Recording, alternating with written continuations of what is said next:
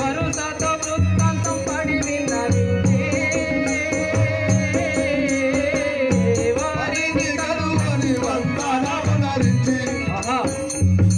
నా మాటను ఆలకించి నా మాటను విన్నవించి వారిని కనుగొని వాళ్లకు వందన మొనరించి వాళ్లకు మర్యాదలు చేసి మనము వారి కష్టమును చెప్పుకొనుదాము. అలాగే అలాగే హనుమంత.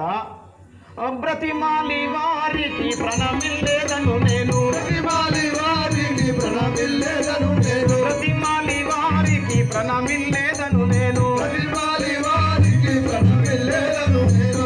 నాయకుల తోడ చేతు సత్యం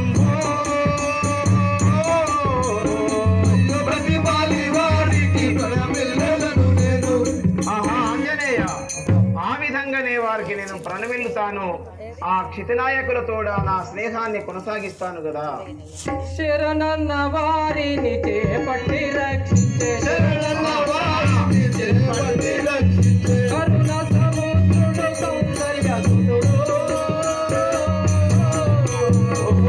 శరణన్న వారిని చేపట్టి రక్షించే. సుగ్రీవ మహారాజా, హనుమంత, నేను ఒక విన్నమము విన్నవించేదను. ఆ రామచంద్రుడు శరణన్న వారికి శరణాగతి ఇచ్చాడు కదా స్వామి. నేను ఆ రామచంద్రుని గురించి విన్న వార్త ఒకటి నీకు తెలిపేదాను. రామః విగ్రహవాన్ వాక్య, పోత పోసిన ధర్మము ఎవరయ్యా అంటే ఆ రామచంద్రుడే. నిత్యము సత్యము పలికేవాడు, సూర్యుని వలె వెలిగేవాడు, నిరతము ధర్మము తప్పనివాడు, ఆడిన మాట తప్పనివాడు.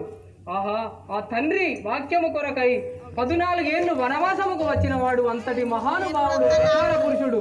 ఆహా, ఆ పరక్రమవంతుడు, శౌర్యశీలుడు, తిరగని నవ్వు కలవాడు, ఎదనిండా దయగుణము గలవాడు, శౌర్యవంతుడు.